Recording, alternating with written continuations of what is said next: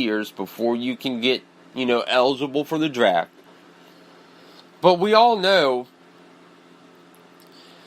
college football coaches' jobs is not to get players ready for the NFL.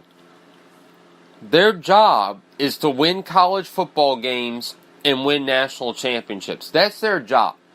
Their job is not to create a system, even though now college football is more pro style than it ever was. Nick Saban and John Harbaugh and Jim Harbaugh and Urban Meyer, these guys' jobs is not to prepare college-level athletes for the NFL. That's not their job. Their job is not to get a Josh Rosen or Sam Darnold drafted within the top 3 of the NFL draft. That's not their job.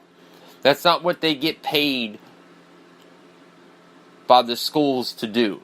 They get paid by the schools to win college football games, to get to the college playoff, and to win national championships. That's their job.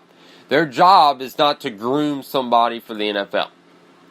The NFL needs a type of league like the XFL or like this Alliance of American Football where young guys who aren't ready to get drafted or need some extra help to go into these leagues and then try to get into the NFL.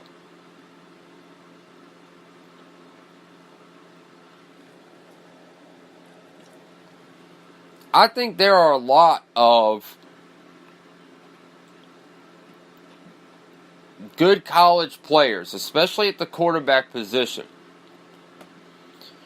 where they failed in the NFL, couldn't make it, or either stuck at a backup job, that if they had a semi-pro league after they got out of college, that they could have made a good career out of it. I think there's plenty of players like that, especially at the quarterback position. David Carr was just as talented as what you're seeing now with his brother, Derek Carr, in Oakland. He just went to a bad team in Houston that had no offensive line, got hit all the time, had a terrible system. He got several concussions and injuries early, had to retire.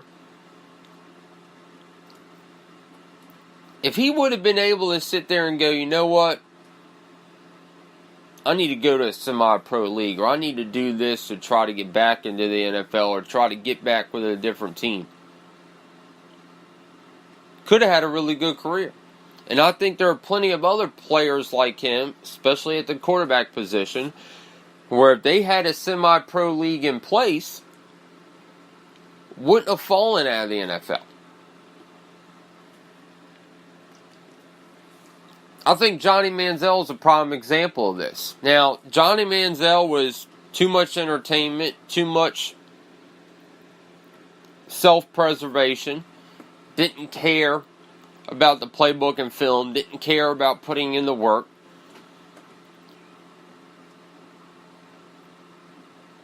You know, it's like Michael Vick said after he got out of prison. If I would have put in the work and actually looked at film and studied stuff when I first got into the NFL with Atlanta, I would have had a good career. But I didn't. You know, he sat there in that interview with Fox with Jim Moore, who was his head coach at the time in Atlanta, and told Jim right there that I never once looked at the tapes that you gave me. I never once opened up the playbooks that you gave me. When he got out of prison and got with Philly when Andy Reid was there, he had the best season that he ever had. In that first season. Why? He put in the work. He knew what he had to do. He got that second chance. Johnny Manziel had a lot of talent. Not just legs. He had the arm talent. He didn't have the commitment. Peyton Manning and Tom Brady are not the greatest athletes in the world. But their drive and their commitment and their study and learning of the game got them to where they are today.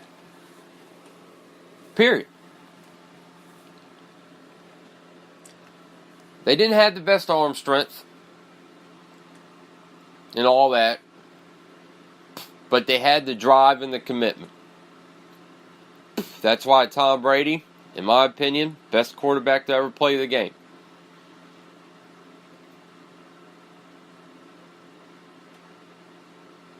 Was Johnny Manziel too big for his own shoes when he got out of college? Yes. Do I think if he could have went to a semi-pro league before he went into the NFL that it would have helped him? I do. Because I think he would have sat there and he would have went through the whole process of mistakes and knowing where you got to make commitment and you got to learn and you got to study, you got to prepare, and could have made a better career.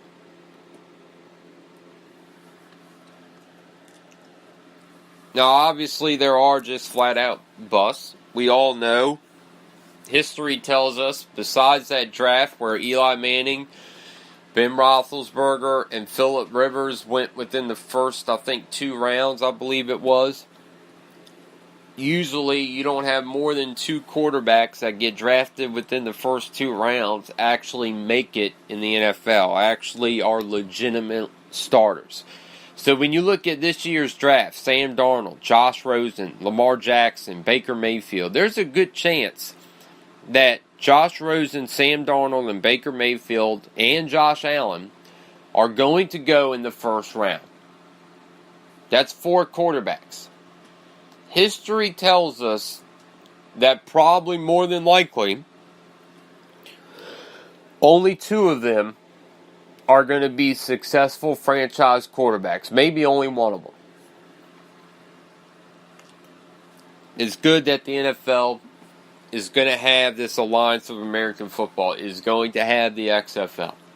They're going to have a semi-pro type of league. Tyronn Lue has to take time off for health issue. Trae Young announces that he's going to the NBA. Apparently, there are a lot of people within Tyronn Lue's circle that have been concerned with his health going back to last season. He's been having episodes of coughing up blood, not being able to sleep, poor appetite, all the signs of bad stress. That's what those are. Hope he gets healthy. I hope he gets back. Look, this is a Cavs team that's a 4th seed right now. And look, I'm going to be the first one to say, well, I know I'm not the first one to say this. I think I heard Will Kane and somebody else say this. As a 4 seed, it's possible that they could face the Sixers in the first round. And I'm going to tell you right now, the Sixers are not a team that the Cavs want to see in the first round. This is not a good Cavs team, people. Let's face it. It's not. This team will be lucky. Right now, I personally think that Toronto should be the overall favorite right now to win the East. Boston 2nd, Cavs 3rd. I think it's a very strong possibility that the Cavs are not in the finals this year. This is not that team. It's not. And people are saying, well, why didn't they try to trade? LeBron has a no-trade clause in his contract. They couldn't have traded him even if they wanted to. He has a no-trade clause. Is he going to be there next year? No. I said at the start of this season that this will be LeBron's last season in Cleveland. And look, everybody thinks he's going to the Lakers. I'm not sold that he thinks that that's his best place, his best fit. You could argue that Sixers team would be a better fit for him right now. But if LeBron is chasing 6, he needs 3 more. He's not going to do it in Cleveland. He's not. Period. He's not. And until the Warriors fall off, and until he makes that, who knows where he's going to go next. All signs are saying it's going to be the Lakers, but I'm not sold on that.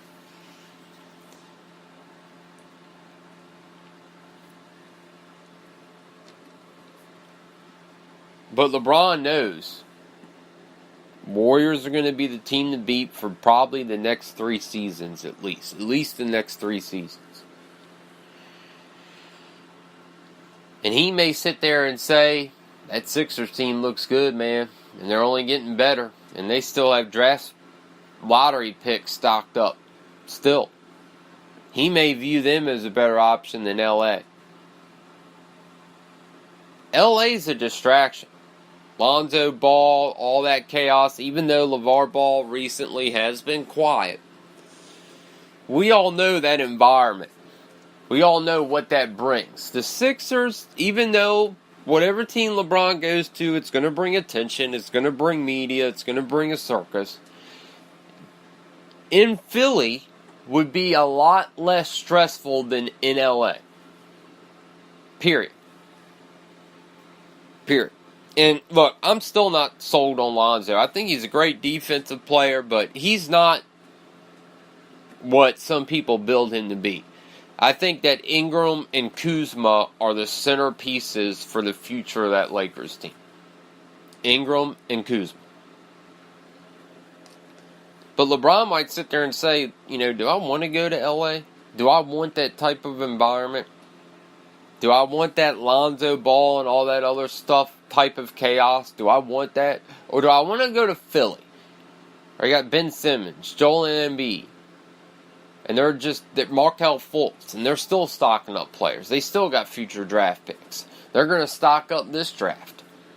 Even it looks like they could possibly make the playoffs as a 7 or 8 seed.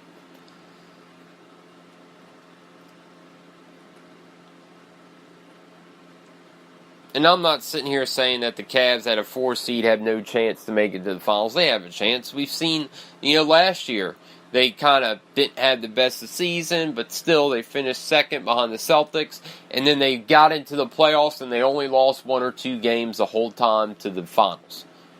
Or they obviously lost to the Warriors.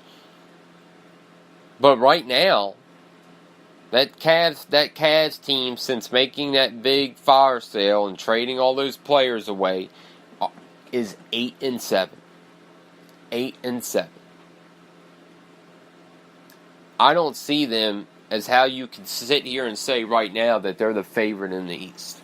They're not. Tiger Woods is the favorite to win the Masters. He finished 5th in the Valsparo Open. The tournament before that, he finished 2nd. This is a guy that a couple of months ago was missing the cut for tournaments. And now he's the overall betting favorite. Vegas has him as the odds-on favorite to win the Masters. It would be a great story. It's great for golf. Tiger doing good. Ratings were through the roof. But what a story it would be. After everything he's been through, people saying that he's done, I'll be the first one to admit, I got up here and said that he should retire and just walk away. I got up here on this one show one day and I said, Tiger, you have nothing else to prove to anybody. You don't have to prove anything. You've proven what you are. Walk away. Retire. Don't hurt yourself anymore.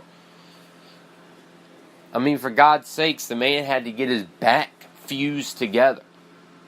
He was on pain meds for months.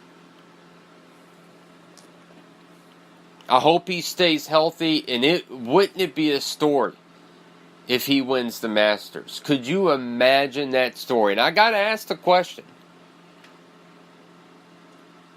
If he does win the Masters, obviously that would be the comeback story of the century. Would he walk away right then and there? Would he put on that gold jacket